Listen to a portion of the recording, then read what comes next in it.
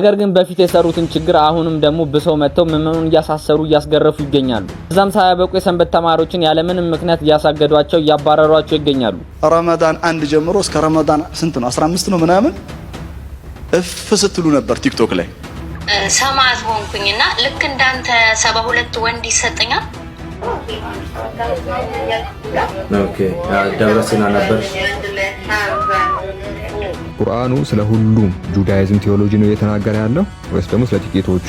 ኦኬ እነዚህ ነገራቶች ሂስቶሪካል ባክግራውንዱን በቤተ ክርስቲያን ውስጥ ላብ የተጠረገበት ሶፍት የሚያበሉ አካላት ላይ እርምጃ መወሰዱን ይህንን ጉዳይ አስመልክቶ ሃሩን ሚዲያ የክሱን ሂደት ምን ላይ ደረሰ የሚለውን ጠይቋል ሲል ሃሩን ሚዲያ ይህንን መረጃ አጋርቷል። አቶ እዩ ጩፋ በግሌን የሚተናነቀኝ ለተሰሩ ስራዎች እውቅና እናንተ ለመስጠት ነፍሰ በላ ነብይ ስለማለት ነው። ነገ መጋቢት 26 መድኃኔዓለም ኢየሱስ ሰላም ጤና ይስጥልኝ። እንዴት አደራችሁ? እንዴት ዋላችሁ? እንዴት አመሻችሁ? አምላክ አበው ቅዱስ እግዚአብሔር ስሙ ዛሬም ዘወትርም የተመሰገነ የተወደሰ ይሁን። በአዲስ ቪዲዮ ተመልሼ መጥቻለሁኝ። እንግዲህ ፕሮቴስታንቱ ላይ እየሄደ ያለው ነገር ትንሽ ከረር ያለ ይመስላል። የወንድማችን የእፎይ ክስም ሁለተኛ ዙር መጅሊሱ እንደከሰሰ እየሰማን ነው የምንገኘው። ጥቂት ነገሮች አስቀድመን ስለ ቤተ ክርስቲያንና ስለ ክርስቶስ ከሰማን በኋላ ሙስሊሞች አሁን መጽሐፍቶቻቸውን እየካዱ ይገኛሉ። እነሱ ነገሮች ጥቂት እንመለከታለን። እፎይ ወደ ክርስትና ያመጣቸው ሰዎች አሁን ላይ ወጥተው ትናንትናና ዛሬ ወጥተው እየመሰከሩ ነው። እኔ በእፎይ ምክንያት ነው ወደ ክርስትና የመጣሁትኝ እያሉ እየመሰከሩ ነው። እሱንም ጥቂት ነገሮች የምንመለከት ነው የሚሆነው። እዩ ጩፋ ጉዳይ ግን ነገሮች እየተካረሩ ነው። ድጋሚ የፕሮቴስታንቱ ካውንስል ሌላ ሰው አውግዟል። እሱን የምንመለከት ነው። እስከ ፍጻሜ ተመልከቱ። ከነሱን ከማየታችን በፊት ግን ከኛው ከውስጣችን እንጀምር። እኚህ በምስሉ ላይ የምትመለከቷቸው መላከ ብርሃን አይነኩሉ ታደሰ ይባላሉ። የሰሚት ምስራቅ ፀሐይ ቅዱስ ጊዮርጊስ ቤተክርስቲያን ዋና አስተዳዳሪ ናቸው። የአዲስ አበባ ሀገረ ስብከት በእርሶ ላይ ችግር አለ ብሎ ከዛ ደብር ላይ ካነሳቸው ቀን ጀምሮ አረፊያና መውደቂያ የለኝም ብለው ለምነው ዳግመኛ ወደዚህ ደብር አስተዳዳሪ ሆኖ ተሾመዋል። ነገር ግን በፊት የሰሩትን ችግር አሁንም ደግሞ ብሰው መተው ምዕመኑን እያሳሰሩ እያስገረፉ ይገኛሉ። እዛም ሳያበቁ የሰንበት ተማሪዎችን ያለምንም ምክንያት እያሳገዷቸው እያባረሯቸው ይገኛሉ። ይህ ለምን ይደረጋል ለምን ይሆናል ብለው ፊት ለፊት ሲጋፈጡ የነበሩ የሰንበት ተማሪዎችም እንዲሁም ደግሞ የአካባቢ ወጣቶችን እያሳሰሩና እያስጨቆኑ ይገኛሉ። የአካባቢው ምዕመንም ብዙ ሰቆቃ ውስጥና ብዙ ጭንቀት ውስጥ ይገኛል። በእኛ አባት ምክንያት ቤተክርስቲያን የውጭ ጠላቶች ብቻ ሳይሆኑ የውስጥ ምስጦች እንዳሉ እያሳዩን ይገኛሉ። ፍትህ ለሰሚት ምስራቅ ፀሐይ ቅዱስ ጊዮርጊስ ቤተክርስቲያንና እንዲሁም ለአካባቢው ምዕመን። በነገራችን ላይ በባለፈው በጣም ከባድ ረብሻ በሚባል ደረጃ ነበረ። እኔ ጉዳዩን ሳላጣራ ሁኔታው ምንነቱን ሳላረጋግጥ አልናገርም ብዬ እንጂ በጣም ከባድ ረብሻ ነበረ እና በጣም ያሳዝናል። ቤተክርስቲያን እንዲህ አይነት ሰዎችን ነው እያፈራች ያለችው። አልቅሰው ለምነው ጫማ ለሰው ይገቡና ፍጻሜያቸው ግን ቤተክርስቲያን ማሰቃየት፣ ቤተክርስቲያን መዞር የተለመደ ነው። ስለ ክርስቶስ አምላካችን አንድ ወንድማችን እንዲህ አይነት ሐሳብ ሰጠን። እንስማው። ደስ የሚል ነገር ነው። ቪዲዮ ላሳያችሁና ስለሱ ቪዲዮ የተወሰነ ሐሳብ ነግራችኋለሁ። ከላይ እንደምታዩት ክርስቶስ በተገረፈበት አይነት መግረፊያ መሳሪያ በተለያዩ ዕቃዎች ላይ ምን አይነት ጉዳት ሊያደርስ እንደሚችል ቼክ እያደረገ ነው ያለው። ክርስቶስ ከተገረፈባቸው መሳሪያዎች አንዱ ድመት ጅራፍ የሚባለው ነው እና በጣም አደገኛ መሳሪያ ሲሆን ከጎማው ጫፍና መሃል ላይ የአጥንት ጉጠቶችን ያስቀምጡበታል። እሱም ስጋን ከአጥንት ለመለየት ወይም ቡጭቆ ለማንሳት ይረዳቸዋል። ክርስቶስ የተገረፈው በሮማውያን ወታደሮች ነበር። እናም ሮማውያን በጣም ጨካኞች ነበሩ። ሲገርፉ ከአናት እስከ እግር ድረስ ነው የሚገርፉት። ምንም የሚያስቀሩት የሰውነት አካል የለም እና በጣም የሚገርመው ነገር በሮም ሕግ መሰረት የሚገረፍ ሰው አይሰቀልም፣ የሚሰቀል ሰው ደግሞ አይገረፍም። ለዚህ ማሳያ ከክርስቶስ ግራና ቀኝ የተሰቀሉት ሁለቱ ወንበዴዎች አልተገረፉም። ክርስቶስ ከነሱ መሃል ሲሰቀል እሱ ብቻ ነበረ መላ ሰውነቱ ደም በደም ሆኖ ስጋው ተተልትሎ እሱ ብቻ ነበረ ከነሱ መሃል ተሰቅሎ የነበረው እና ሮማውያኖቹ ገርፈው የማይሰቅሉት ለተገራፊው አዝነውለት ሳይሆን የነሱ ግርፋት በጣም አደገኛ ስለሆነ እንደውም ታሪክ እንደሚናገረው ክርስቶስ በተገረፈበት ቦታ ላይ ከተገረፉ ሰዎች መካከል አንድም ሰው በህይወት የተረፈ የለም። አንደኛው ክርስቶስ ብቻ ነው በህይወት ተርፎ ወስዶ የሰቀሉት። ግርፋታቸው እስከ ሞት የሚያደርስ ስለሆነ ነው ገርፈው የማይሰቅሉት። ወይ ይሰቅላሉ ወይ ደግሞ ይገርፋሉ። ክርስቶስ ግን ሁለቱንም ነው የሆነው፣ ተገርፏልም ተሰቅሏልም። የተከፈለልን ዋጋ ቀላል አይደለም። የተከፈለልን ዋጋ ቀላል አይደለም። በእውነት ይወዳችኋል። ሙስሊም ወንድሞቻችን ይህንን አውቃችሁ እንደምትመለሱ ተስፋ አደርጋለሁኝ። መድኃኔ ዓለም ኢየሱስ ክርስቶስ ለእኛ ስል የከፈለው ዋጋ ቀላል ስላልሆነ ማለት ነው። ወደ እስልምናው እንምጣ። እስልምናው የራሳቸውን መጽሐፍ ሰሂህ የሆነው ተቀባይነት ያለው ኦቴንቲክ የሆኑ መጽሐፍቶቻቸውን መካድ ጀምረዋል። ለምንድን ነው የሚክዱት ቢባል አንድና አንድ መልስ ነው። ይሄ ላይ የተፈጸመውን ነገር ሼም የሚያስስ ስለሆነ ነብዩ ያደረገውን ነገር እንስማ እስቲ። Here's proof that Prophet Muhammad, may peace be upon him, did not marry a child. The claim is ማለ መሐመድ ሕፃን ልጅን አላገባም ማለት Aisha was 6 years old, but historians record that Aisha's elder sister Asma was 10 years older than Aisha. It's well documented that Asma was born 27 years before Hijrah, which is the migration from Mecca to Medina. And historical sources agree that Asma was about 27 years old during this time. So the math would place Asma at 27 to 28 years old during Hijrah, making Aisha about 17 to 18 years old at that time. Prophet Muhammad, may peace be upon him, married Aisha shortly after Hijrah, making her at least around 18 years old, not 6 or 9. I encourage you to verify this information on your own, but facts are facts. እንግዲህ ፋክት ነው አለ። ምን አይሻ ያገባችበት እድሜ 6 ዓመት አይደለም 18 ዓመቷ ነው አለ። እስቲ የነሱ መጽሐፍቶች ሰሂህ የሆኑ መጽሐፍቶቻቸው ምን ይላሉ የሚለውን ነገር ላሳያችሁ። እዚህ ሱናን አቢ ዳዊድ ላይ እንደምትመለከቱት 21 ላይ እንዲላሉ the messenger of Allah married me ምን ያላህ መልእክተኛ አገባኝ። ተናጋሪዋ አይሻ ነች። ያው ናሬትድ አይሻ ነው የሚለው አይሻ የተናገረችው married me when I was 7 years old ምን 7 ዓመቴ ሲሆን ነብዩ አገባኝ። the narrator ሱለይማን said ሌላኛው ሱለይማን የተባለው ዘጋቢ ደግሞ or 6 years በ6 ዓመቷም ሊሆን ይችላል ብለው ዘግቦታል። he had intercourse with me when I was 9 በ9 ዓመቴ ሲሆን ደግሞ ከኔ ጋር ተኛ እያለች ነው። ሌላኛው እዚህ ቡኻሪ ላይ ዘጋቢዋ አሁንም ራሷ አይሻ ነች። አይሻን እየተናገረች ያለችው እንግዲህ አይሻ ራሷ እኔ በ6 ዓመት ያገባኝ ያለች አይ በ6 ዓመት ሻር ለሚያገባት በ18 ዓመት ያገባሽ ያሏት ነው። ማንን ራሷን አይሻ ነው። እናንብባ that the prophet married her when she was 6 years old 6 ዓመት ያገባት and he consummated his marriage when she was 9 years old ከሷ ጋር የተኛው በስንት ዓመቷ ነው? በ9 ዓመቷ and she remained with him for 9 years እስከ ይሞት ድረስ አብራው 9 ዓመት አብረው ኖራለች ይላል። በ18 ዓመቱ 18 ዓመት ሲሞላት ነው እሱ የሞተው። እሺ ይሄ ሳሂህ ነው። እንቀጥል። ሌላኛው ኡርዋ የተባለው ዘጋቢ እንዳል the prophet wrote the marriage contract ምን ነብዩ የጋብቻ ውሉን የፈጸመው with Aisha while she was 6 years old ስንት ያለ 6 ዓመቷ እያለች and consummated በ9 ዓመቷ። እንቀጥል። እንደዚህ እንቀጥለው። አይሻ ያላህ ሰላም በሷ ላይ ይሁንና ይላል Allah apostle may peace be upon him married when I was 6 years old የራሳቸው መጽሐፍ የሚናገረው እኔ የምትለው ራሱ አይሻ ራስ 6 ዓመት እያለሁኝ ነው ያገባኝ። 6 ዓመት እያለሁ ያገባኝ ማን? ተናጋሪው ራሱ አይሻ። ሰዎች ምን እያሉ ነው? አይኛ እናውቅላታለን ትካርለችም እሷን ሲያገባት መሐመድ 17 ዓመት ነበር አሉ። በጣም ያስቃል። ሌላኛው ጥያቄ ተጠይቋል። ወንዶች በሰማዕት ሆነው ጀነት ሲገቡ 72 ሚስት ያገኛሉ፣ ሴቶችስ ተብሏል። ጥያቄውን እንስማ። ስለሆነ ሙስሊም ወንድ 72 ሁራ ላይን ሴቶች ይሰጡታል ይላልና ያው እንግዲህ ሰማዕት እንግዲህ ወንድ ብቻ አይደለም አይደል? የሴትም ሰማዕት ልትኖር ትችላለችና ለምሳሌ አሁን እኔ ሴት ነኝ፣ ኦኬ የሙስሊም ሴት ነኝ እንበልና ሰማዕት ሆንኩኝና ልክ እንዳንተ 72 ወንድ ይሰጠኛል። የኔ ጣፈንቴ ምንድነው? አንቺ በመድረክ በጣም ነው የሚያሳስበኝ። አራውን ራሱ አሳብ ተውፊቅ ዝም በል። ኖ እኔ ስለ ጀነቱ ነው ሐሳቤ። ያ በምድርም ሐሳብ አለኝ፣ ከተሰጠኝ ችግር የለም። ያ ምክንያቱም አምላክ ፍትሃዊ ነው መሆን ያለበት። ለአንተ ሰማዕት ከሆን 72 ከተሰጠህ እኔም ደግሞ ሰማዕት ሁኜ ልክ እንዳንተ አንተን የፈጠረው አምላክ ከሆነ እኔን የፈጠረኝ እኩል ከሆነ ስለዚህ ለኔ መሰጠት አለበት። ኖ ስለ ጀነቱ ኧረ ስለ ጀነቱሽ ይሰጠኛል። እሺ ማስረጃ ስጠኝ። እሺ ማስረጃ እርግጠኛ ነህ?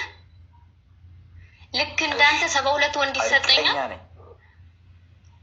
እሺ ማስረጃ 72 ወንድ አላልኩሽም። የምትፈልጊው ነገር ይሰጥሻል ይላል እንጂ 72 ወንድ የምፈልገው ልክ አንተ ቆቋጭ የለም። ኖ ላንተ ገድቦ ነው ያስቀመጠልህ 72 ሴቶች ተብሎ ሰው። ስለዚህ ለኔም 72 ወንድ ተገድቦ መቀመጥ አለበት እፈልጋለሁ። በድሎኛል እያልሽ ነው? በጣም ነው የተበደልነው በምድር አስበው።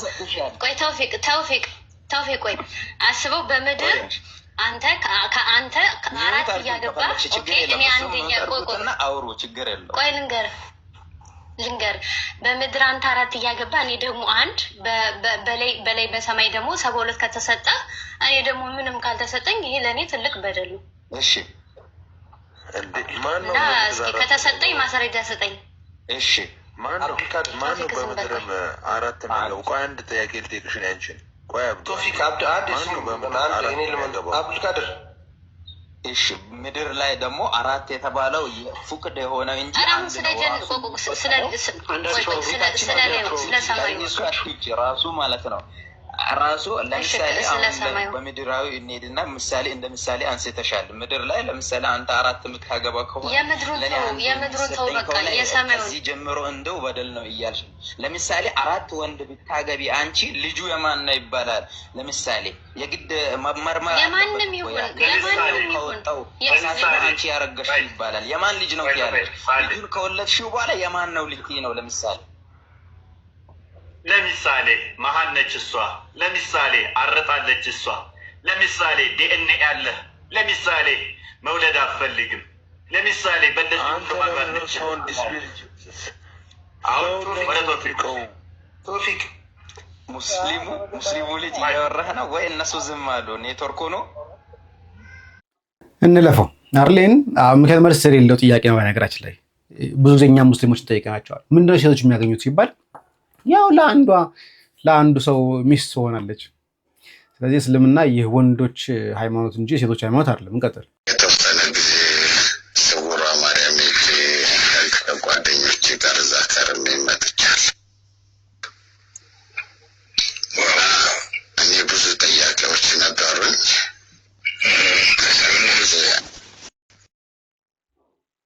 የራሴ ጥያቄዎች መጨረሻ ላይ ምንድነው በራሴ የወሰንኩት ማለት እኔ ባላመንኩበት በጭራሽ በማይቀበለው ነገር ውስጥ ሰዎች ማግለል የሚባለው ነገር አይደለ እኛ ጋር አሁን ምንድነው ገና ጥያቄ በቃ ቤተሰብ ያው ጫና ነው። ያንን ነገር ካልተቀበልክ ያው ከቤተሰብ ውጭ ነህ። በምንም የኢኮኖሚ ድጋፍ ምናምን ሊያደርጉልህ አይፈልጉም። መገለል ይደርስብሃል። የት ነው የምትቀበረው? የቀብር ቦታስ? እንደሱ ሁሉ ጥያቄ ብዙዎች ይመጡብሃል።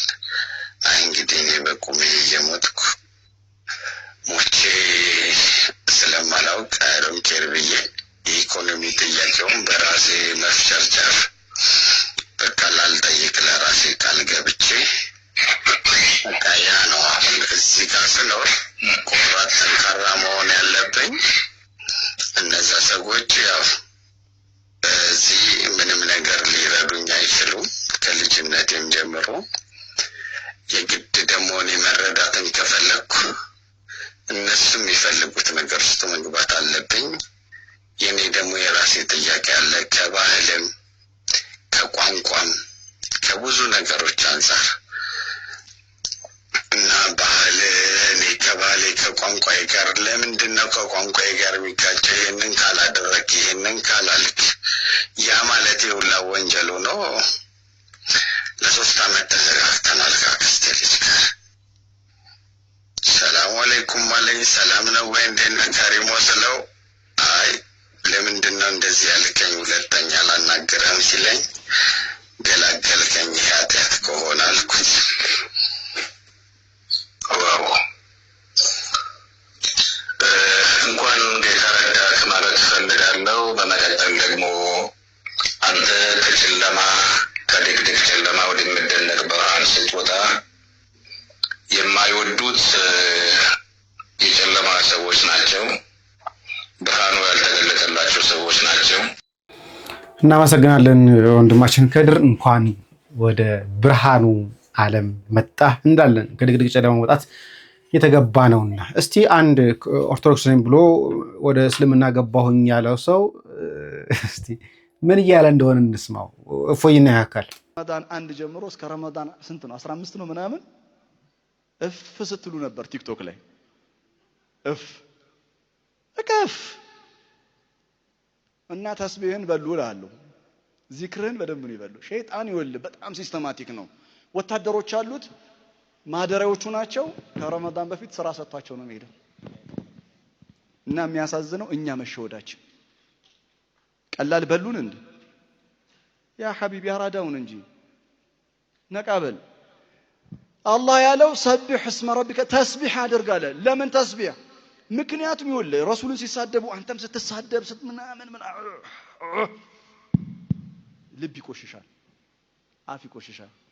ተስቢህ ምላስን ያጠራል፣ አእምሮን ያጸዳል፣ ልብን ያጸዳል። ንጹህ ትሆናለህ። የገባ ቆሻሻ አለ በተስቢህ መጽዳት ያለበት። ከዛ ምን ማድረግ አለብን? እሱ በጋራ እንማከራለን። እሱ አሁን እንግዲህ ይሄ ሰው ነው እፎይ ካልተገደለ ብለው ራሳቸው ሰልፍ ለወጡት፣ ራሳቸው ዛቻ ማስፈራሪያ ሲያመጡ የነበሩት፣ ራሳቸው ላይቭ ገብቶ ሲይዙት የነበሩት፣ ራሳቸው ቦታ እየተቋቋሙ ካልገደልነው ሲሉ የነበሩት፣ ራሳቸው የብር ተመን አውጥተው እፎይን እንገላለን ሲሉ የነበሩት ሰዎች አይ ልብ ያቆሻል እኮ አጡት። ሲያጡት ነው እንግዲህ መጅሊሱ ምን እንዳለ ደግሞ እንስማ። ሳምንታት በፊት በነብዩ መሐመድ ላይ ድንበር ያለፈውን እፎይ የተባለ ግለሰብ መጅሊሱ በሕግ ክፍሉ በኩል ክስ መመስረቱ መገለጹ ይታወሳል። ይህንን ጉዳይ አስመልክቶ ሃሩን ሚዲያ የክሱን ሂደት ምን ላይ ደረሰ የሚለውን ጠይቋል ሲል ሃሩን ሚዲያ ይህንን መረጃ አጋርቷል። የኢትዮጵያ እስልምና ጉዳዮች ጠቅላይ ምክር ቤት ዋና ስራ አስኪያጅ ሀጂ ከማል ከሃሩን ሚዲያ ጋር በነበራቸው ቆይታ በሰጡት ምላሽ የኢትዮጵያ እስልምና ጉዳዮች ጠቅላይ ምክር ቤት በነብዩ መሐመድ ላይ ድንበር ያለፈው ግለሰብን አስመልክቶ በሕግ ክፍሉ በኩል ምስክሮችን በማጠናከር ክስ መመስረቱን ገልጿል። ይሁንና ግለሰቡ እስካሁን ድረስ በሕግ ቁጥጥር ስር አለመዋል የተገለጸ ሲሆን መጅሊሱ ግለሰቡ በሕግ ቁጥጥር ስር እስከሚውል ክትትሉን እንደሚቀጥልም ነው የገለጸው። በነብዩ መሐመድ ላይ ድንበር የሚያልፉ ግለሰቦችን ፈጽሞ እንደማይታገዝ የገለጸው ጠቅላይ ምክር ቤቱ መሰል ጥፋት በሚፈጽሙ ግለሰቦች ላይ በሕግ አግባብ የጀመረውን እርምጃ እንደሚቀጥልም ነው የገለጸው። ክስ የተመሰረተበት ግለሰብ ክሱ ተጠናክሮ ለፖሊስ ቀርቦ የእስር ማዘዣ የወጣ ቢሆንም እስካሁን በቁጥጥር ስር አለመዋሉ ይታወቃል። እኛ ደግሞ እስካሁን ድረስ ምንም አይነት የእስር ማስያዣ አላየንም። ፖሊስም ምንም አይነት መግለጫ አወጣም። ስለዚህ እኛ የምናምነው ከሙስሊሞች መግለጫ ይልቅ የሕግ አካላት ምን አሉ ምን እያሉ የሚለውን ነገር ነው። ስለዚህ እስካሁን ድረስ የሕግ አካላት ምንም አላሉ። እስቲ ሙስሊሞች እንግዲህ በአንዱ በጣም እኛ ብዙ ጊዜ ከምንስቅባቸው አላህ ምንም አያውቅም ከምንልባቸው ምክንያቶች አንደኛው ኡዘይር አይሁዶች ኡዘይር የአላህ ልጅ ነው ይላሉ የሚለው ትምህርት ነው። እዝራን የአላህ ልጅ ነው ብለው አይሁዶች ያምናሉ የሚለው ነገር ነው። ይሄ ደግሞ በጣም ፎልስ እንደሆነ አስረድተን ነበር። ታዲያ አንድ የእስልምና አቃቢ እምነት ነኝ የሚል ሰው ኧረ አይሁዶችማ እዝራን እኮ የአላህ ልጅ ነው ይላሉ ብሎ ቅጥፈት አስቀምጧል። እስቲ እንመልከተው። ቁርአኑ ስለ ሁሉም ጁዳይዝም ቴዎሎጂ ነው እየተናገረ ያለው ወይስ ደግሞ ስለ ጥቂቶቹ? ኦኬ እነዚህ ነገራቶች ሂስቶሪካል ባክግራውንዱን አንስተን እንመልከት። ምዕራፍ 9 ቁጥር 30 ላይ ነው ያለው። ወቃለት اليهود ዑዘይር ኢብኑላህ ይላል። አይሁድ ዑዘይር የአላህ ልጅ ነው አለች ብሎ ሲናገር ይሄ የነርሱ ያጠቃላይ ጁዳይዝም ቴዎሎጂ ነው አይደለም። ስለዚህ በትክክል ዑዘይር የአምላክ ልጅ ወይ የአላህ ልጅ እንደሆነ የሚያምኑ ሰዎች በወቅቱ እንደነበሩ ከዚህ ልንረዳ እንችላለን። በተጨማሪ አንድ ሶርስ ለማየት ያህል ኤንሳይክሎፒዲያ ጁዳይካ ሰከንድ ኤዲሽን ላይ ወይ ደግሞ ቮሊዩም 6 ገጽ 1108 ላይ የተቀመጠ ነገር እናገኛለን። በወቅቱ በየመን ሲኖር የነበረ አንድ አይሁድ በግልጽ believe that Uzair was indeed the son of Allah ዑዘይር የአላህ ልጅ እንደሆነ ያምን እንደነበረ ተቀምጠዋል። በተጨማሪ ደግሞ ይሄንን አቋም ሂስትሪ ኦፍ ጂውሽ ኦፍ አረቢያ የተሰኘ መጽሐፍ ላይ ልናገኝ እንችላለንና ግልጽ ነው። በመጀመሪያ ደረጃ ከኢስላሚክ አዌርነስ ኦር ከሌሎች የሙስሊሞች ዌብሳይት አምጥተህ እንጂ መጽሐፉን ገልጣ አላነበብክም። ብታነብ ኖሮ ኢንሳይክሎፒዲያ ጁዳይካ ርዕሱን ምን ይለዋል? ኢን ኢስላም ብሎ ይጀምራል። በእስልምና ውስጥ ያለውን ማለት ነው። እስኪ መጽሐፉን ገልጠን አብረን እናንብብ። እንደዚህ ይላል Muhammad claims that in the opinion of the Jews Uzair ወይም Ezra is the son of God. These words are an enigma because no such opinion is to be found among the Jews ይላል። እንደዚህ አይነት እምነት በአይሁዳን መካከል የለም። ይሄ ውሸት ነው። ይሄ ፈጠራ ነው። ሐሰት ነው ይላል መጽሐፍ። ገና ከላይ ሲጀምር ያንተ ወደ ላይ ወጣ ብለህ ወይም መጽሐፉን አግኝተህ አላንበብክ ራስህ ኤዲት ያደረከውን ቀይ ያሰመርክበትን ወይም ከዌብሳይቱ ላይ ቀጥታ ነው ያመጣኸው። ሁለተኛ ይሄው ኢንሳይክሎፔዲያ ሙስሊም ሊቃውንትን በተደጋጋሚ ይጠቅሳል። ለምሳሌ the Muslim traditionalists attempts to explain the words of Muhammad with the Muslim legend ምን ማለት ነው? ሙስሊም የቁርአን ሙፈሲሮች መተርጉማን ይሄንን የሙሐመድን ንግግር በእስልምና አፈታሪክ ሊፈቱት ይሞክራሉ ይላል። ይቀጥልና ጠበሪን ይጠቅሳል። ጠበሪ cites another version of this legend እያለ ጠበሪ ደግሞ የሚያመጣቸውን ከአማሌቃውያን ጋር በተያያዘ ስለ እዝራ የሚያመጣውን ደግሞ መልሶ ይዘግባል። ስለዚህ ሙስሊሞችን መሰረት ያደረገ ነው። እታች ወርድና ኢብን እንኳን ከኢብን ሐዝም ንግግር ያመጣል። ኢብን ሐዝም ደግሞ ሙስሊም ነው። ስለዚህ መጽሐፉ ወይም ኢንሳይክሎፔዲያው እያለ ያለው በእስልምና ውስጥ በዚህ ጉዳይ የሚታመነውን እያቀረበ እንጂ የአይሁዳውያንን እምነት እየገለጸ አይደለም። ወይም ደግሞ የሆኑ የአይሁዳውያን ግሩፖች ይህንን ያምናሉ እያለ አይደለም። በተለይ ደግሞ በየመን አካባቢ የሚኖሩ ይሉ ነበር የሚለውን ደግሞ እዛው ያከሽፈዋል መጽሐፉ። አንተ ከፍተህ ስላላነበብክ ነው። እንደዚህ ይላል An allusion of the figure of Ezra as the apostle of the Messiah is found in a tale which is widespread among the Jews of Yemen. ይሄ እዝራ የመሲሁ አፖስትል ነው የሚለው በየመን አካባቢ የሚኖሩ አይሁዳውያን ውስጥ በስፋት በሚነገር ተረት ውስጥ ነው የሚገኘው ይላል። ይቀጥልና according to which Ezra requested that they immigrate to erase Israel because they did not, he cursed them. ስለዚህ እዝራ ወደ ኢየሩሳሌም እንዲመለሱ ከየመን ሲጠይቃቸው እንቢ ስላሉ ረገማቸው። በዚህም ምክንያት ልጆቻቸውን እንኳን እዝራ ብለው አይሰይሙም ነበር ስለሚጠሉት ይላል። Yemenite Jews have therefore refrained from naming their children Ezra. እንኳን የፈጣሪ ልጅ ሊያደርጉት ልጆቻቸውን እንኳን አይሰይሙም። ይሄንን the history of the Jews of the Arabia የሚለውን መጽሐፍ ሁለተኛ ላይ የጠቀስከው ላይ ራሱ እንዲህ እናነባለን።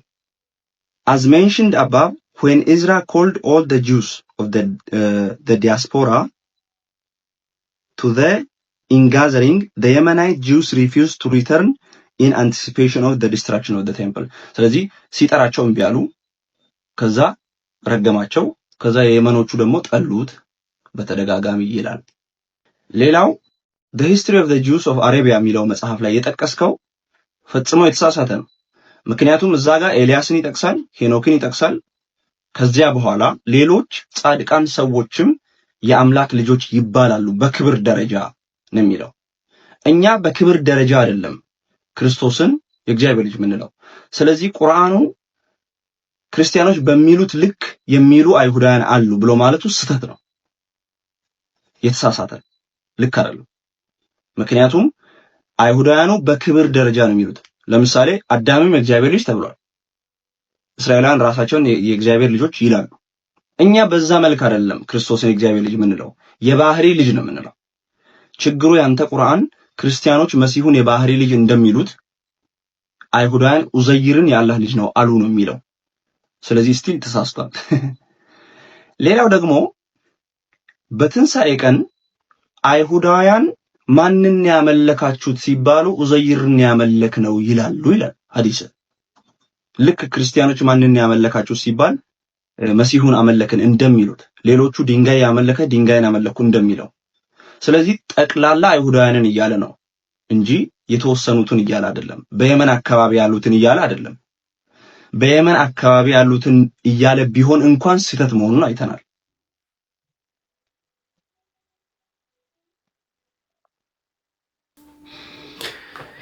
በነገራችን ላይ እስልምናን ያቆመው ሰይፍና ውሸት ነው የሚባለው ነገር አሁን እውነት እየመሰለ መጥቷል አይደል? ካልዋሹለት ቁርአኑን ማቆም የሚችሉ አይደለም። በጣም ያሳዝናል። ወደ ፕሮቴስታንቱ ልምጣ። እንግዲህ ሶፍት የሚበሉ ሰዎችን ወይም የሚያበሉ ፓስተሮችን እያወገዙ ይገኛሉ። በቤተ ክርስቲያን ውስጥ ላብ የተጠረገበት ሶፍት የሚያበሉ አካላት ላይ እርምጃ መወሰዱን የኢትዮጵያ ወንጌል አማኞች ቤተ ክርስቲያን ካውንስል አስታውቋል። ካውንስሉ የመጽሐፍ ቅዱሳዊ የሆኑ ልምምዶች እንዲቆሙ ማሳሰቢያ ሰጥቷል። አጅጋኪ አመቷ አቦላ ፍርዲኮ ነቱሳ ቆታዳ አቲንኳ በሲኮ ናአንቶ ደንደና ጋዳሃሳ እንግዲህ እዩ ጩፋ ከዚህ ተነስቶ ነው እንግዲህ ወደ ሆነ ነገር የገባው። እስቲ አማንሻሮን እንስማ። እዩ ጩፋ በግልን የሚተናነቀኝ ለተሰሩ ስራዎች እውቅና ለአንተ ለመስጠት ነፍሰ በላ ነብይ ስለማምን ማለት ነው። መድኃኒት አስጥላ ገለሃል፣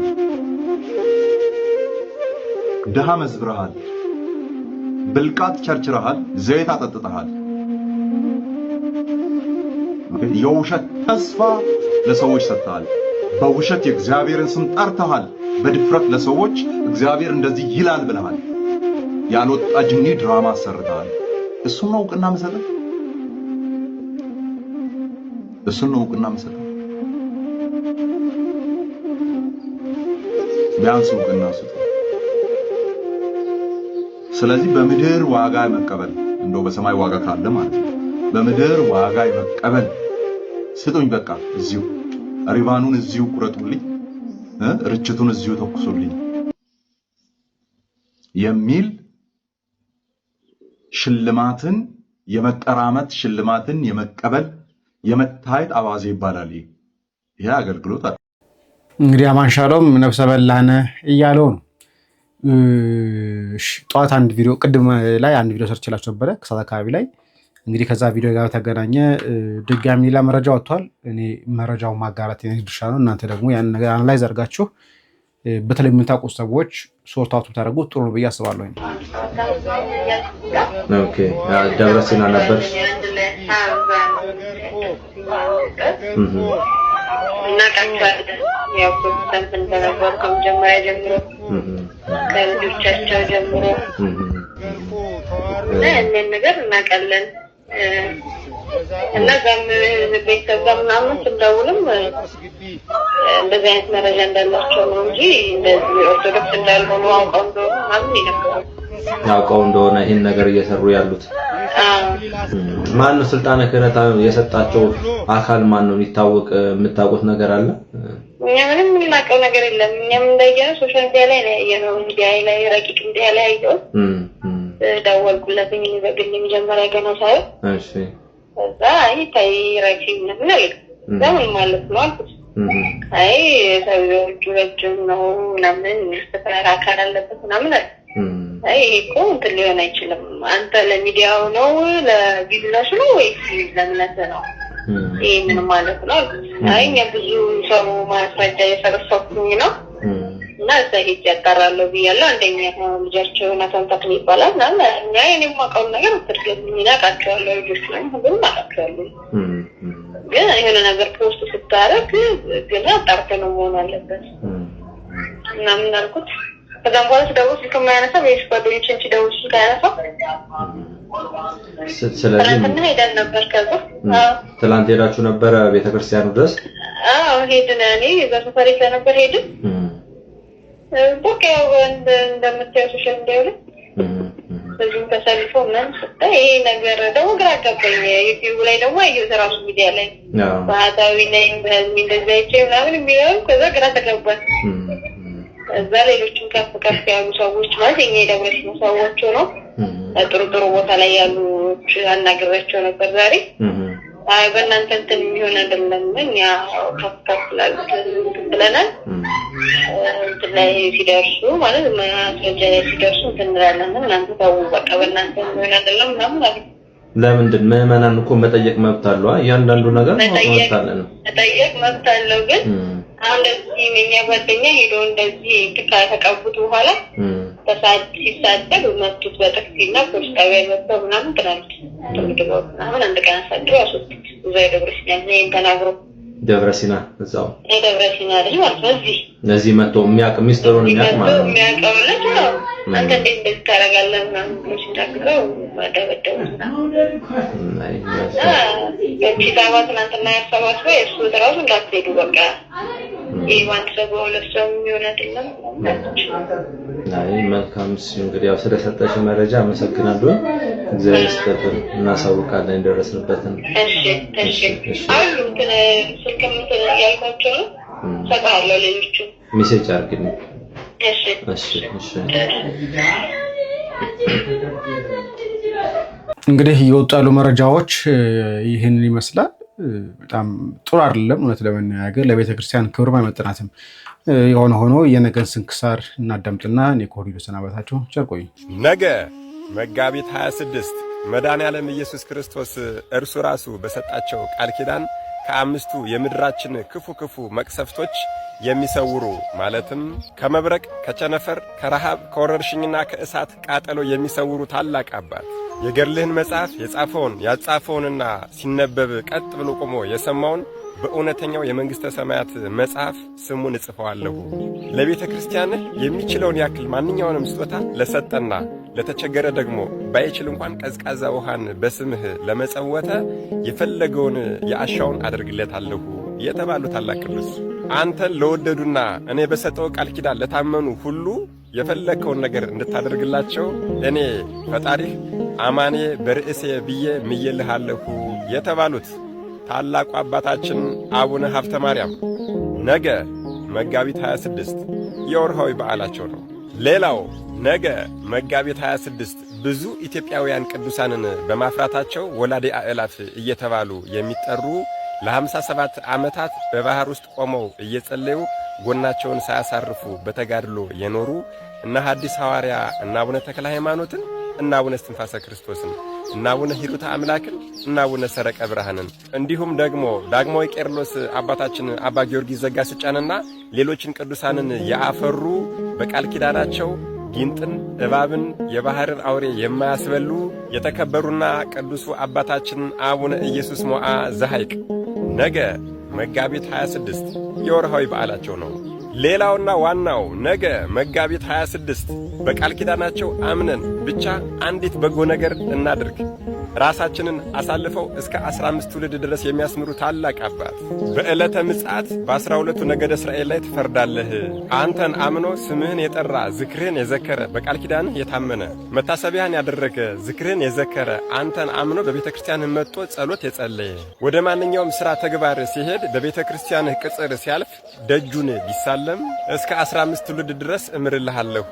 በመታሰቢያ ቀን ማለትም በወር በ26 ቀን ለተራበ ያበላ፣ ለተጠማ ያጠጣ፣ ለታረዘ ያለበሰ፣ የታመመውን የጠየቀና በአንተ ስም ያጽናና እስከ 15 ትውልድ ድረስ እምርልሃለሁ። የገድልህን መጽሐፍ የጻፈ ያጻፈ፣ የሰማ ያሰማ፣ የተረጎመ ያስተረጎመ፣ ያነበበ ያስነበበውን እንዲሁም ደግሞ ገበታውን የተሳለመውን እስከ 15 ትውልድ ድረስ እምርልሃለሁ።